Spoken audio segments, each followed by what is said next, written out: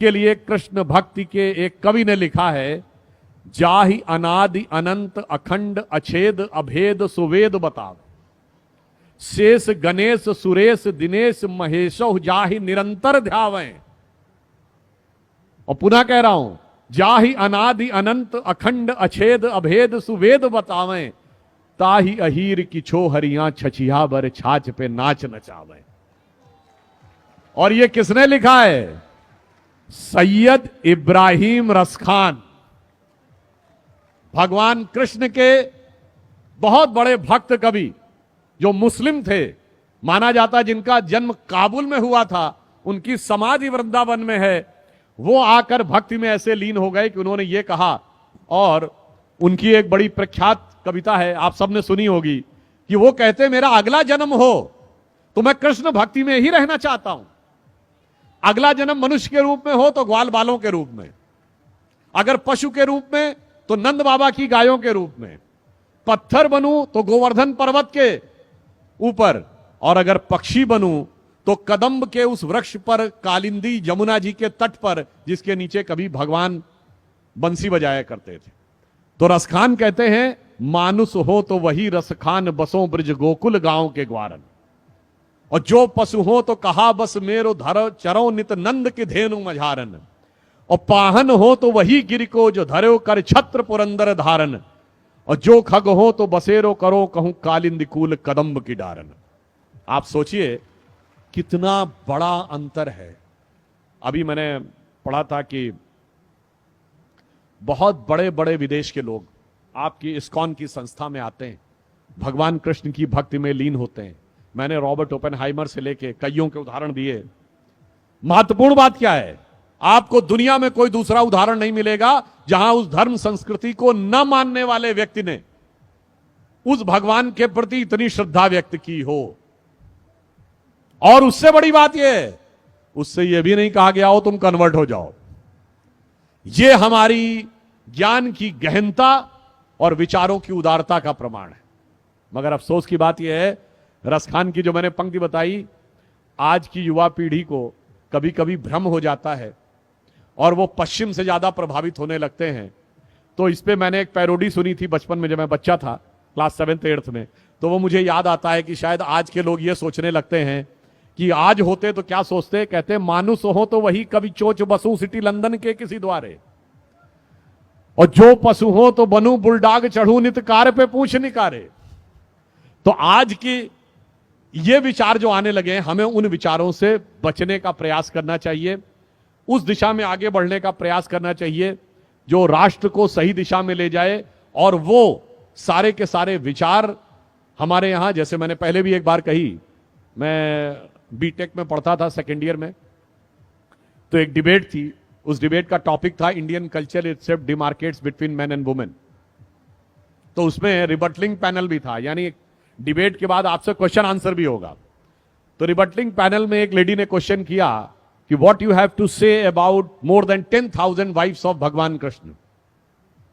I said it was not 10,000, it was 16,108। Then she said, oh, whatever the figure was. मैंने कहा, the answer lies in the figure. 16,108 वेद में ऋचाओं की संख्या है, भगवान कृष्ण परब्रह्म के प्रतीक हैं, और 16,108 गोपियों के साथ एक साथ रास का अर्थ है वेद की किसी भी ऋचा को लेकर, जो मैंने बताया ना, ध्यान लगाकर गहराई में उतरेंगे, उसी ब्रह्म आनंद की अनुभूति होगी जो किसी दूसरी ऋचा के माध्यम से किसी दूसरे को भी वही ब्रह्म दिखेगा, और 16,108 में वही एक समान ब्रह्म दिखेगा। जो सूरदास ने कहा है, वेद ऋचा भई गोपिका हरिसो कियो विहार। कई बार हमारे मन में यह विषय समझ में नहीं आता है, और जब हम ध्यान लगाते हैं, तो कभी आपने ध्यान लगाने में देखा होगा, 1 सेकंड के लिए आपका ध्यान फिक्स नहीं रहता होगा एक पॉइंट पे, कभी एक चीज पे भागता, कभी दूसरी चीज पे भागता है। और आप ये भी देखेंगे कि आपके मन की सहज प्रवृत्ति निगेटिव है, डाउनवर्ड्स है। यानी अगर समाज का नियम का बंधन ना हो तो व्यक्ति चाहेगा मैं अपनी इच्छा की पूर्ति बलपूर्वक कर लूं, फोर्सिबली कर लूं। यह हमारी अधोगामी प्रवृत्ति है, डाउनवर्ड टेंडेंसी है। और हमारे मन की जो सहज धारा है वो डाउनवर्ड है। जब हम ध्यान लगाकर उसको नियंत्रित कर लेते हैं और उसे अपवर्ड कर लेते हैं, तो धा रा का उल्टा क्या है? राधा। बस यही राधा कृष्ण का संगम है, यही राधा कृष्ण का वह अलौकिक प्रेम है जिसे लोग नहीं समझ पाते हैं। क्योंकि मैं फाइनली एक बात कहूं, हमारा ज्ञान इतना विशद और व्यापक है, मैं किसी के प्रति असम्मान नहीं व्यक्त करना चाहता, दूसरे लोगों के ज्ञान का आधार इतना छोटा है, जैसे दूसरी चौथी क्लास का व्यक्ति पीएचडी के किसी टॉपिक को डिकोड करने की कोशिश कर रहा हो और उस प्रोसेस में उससे जो गलतियां होंगी वही हमारी धर्म संस्कृति और हमारे ईश्वर की लीला को समझने में अक्सर हो जाया करती हैं। इसलिए इन बातों को समझने की गहराई से आवश्यकता है। और मैं ये कहना चाहूंगा, आज अंत में भारत एक बड़े परिवर्तन की तरफ आगे बढ़ गया है। आज हम विश्व की 5वीं बड़ी अर्थव्यवस्था बन गए हैं, चौथे बड़े स्टॉक एक्सचेंज बन गए हैं, तीसरे बड़े ऑटोमोबाइल मैन्युफैक्चरर बन गए हैं, दूसरे बड़े मोबाइल हैंडसेट के मैन्युफैक्चरर बन गए हैं, इंफ्रास्ट्रक्चर में इन्वेस्ट करने वाले नंबर 1 के कंट्री बन गए हैं और चांद के दक्षिणी ध्रुव पर पहुंचने वाले पहले देश बन गए हैं। अगर इतना बड़ा परिवर्तन आ गया है तो प्रधानमंत्री जी ने कहा है ना, यही समय है, सही समय है। तो समझिए कैसे सही समय है। कोई कहेगा ना हम कैसे मान लें भारत का समय आ गया है। अब मैं आपको बताता हूं, आप सभी प्रबुद्ध लोग हैं, पूरी दुनिया का ग्लोब देखिए। एक जमाने में जब भारत विश्व का पावर सेंटर था, we were the intellectual centre, military centre and economic centre of the world. 2500 साल पहले भारत का पतन शुरू हुआ, तो जब हमारा डाउनफॉल हुआ तो वर्ल्ड का पावर सेंटर कौन बना? Iran, Persia, king Darius of Persia. जब पर्शियन एम्पायर का डाउनफॉल हुआ तो मेसोपोटामियन एम्पायर यानी आज का इराक, जब इराक के एम्पायर मेसोपोटामियन एम्पायर का डाउनफॉल हुआ तो आज का टर्किश एम्पायर यानी आज का टर्की, और जब टर्किश एम्पायर का डाउनफॉल हुआ तो रोमन एम्पायर, आज का इटली। जब रोमन एम्पायर का डिक्लाइन हुआ तो पुर्तगाल और स्पेन का जमाना आया। अब you look at the pattern of shifting of the power centre of the world. जब पुर्तगाल स्पेन का डाउनफॉल हुआ तो ब्रिटेन और फ्रांस का जमाना आया। जब ब्रिटिश एम्पायर का डाउनफॉल हुआ तो अमेरिका का जमाना आया। अमेरिका में सबसे प्रॉस्परस क्या है? West coast, San Francisco, Los Angeles belt. और उसके बाद अब आ जाइए पिछले 70-75 साल में, उसके बाद जमाना आया जापान का। अब आ जाइए पिछले 50-60 साल में, the tiny countries, the tiny tigers of Asia Pacific, Hong Kong, Taiwan, Singapore, Macau, इनका दुनिया में जलवा रहा। अब आ जाइए पिछले 20 साल में तो चाइना का जमाना दिखा। और वैसे शायद आपको पता ही होगा, चाइनीज इकोनॉमी में रिसेशन आना शुरू हो गया है। वहां की सबसे बड़ी रियल एस्टेट कंपनी एवरग्रांड भी नीचे आ गई है। तो अब अगला चरण कहां आने वाला है? भारत। यह तय है, समझ लीजिए।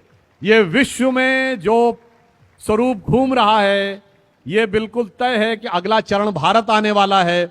और जब भारत वह चरण बनेगा तो हम दुनिया को डोमिनेट करने के लिए नहीं बनेंगे। हम क्या कहते हैं? कृष्णम वंदे जगत गुरुम। हम विश्व के जगत गुरु बनने के लिए आगे बढ़ेंगे। Because a person becomes powerful, a powerful person having a capability to dominate others, but guru is having the capability to motivate others. और इसीलिए मैंने आपसे बहुत साफ कहा कि आप ये तय मानिए कि ये भारत का भविष्य समय आ गया है। और मैं एक और एग्जांपल दे देता हूं। जब वर्ल्ड ट्रेड सेंटर गिरा था, फिलोसॉफिकल सोच है मुझे, वैसे मैं सन 2000 में वर्ल्ड ट्रेड सेंटर जाके देखने का मौका मिल गया था।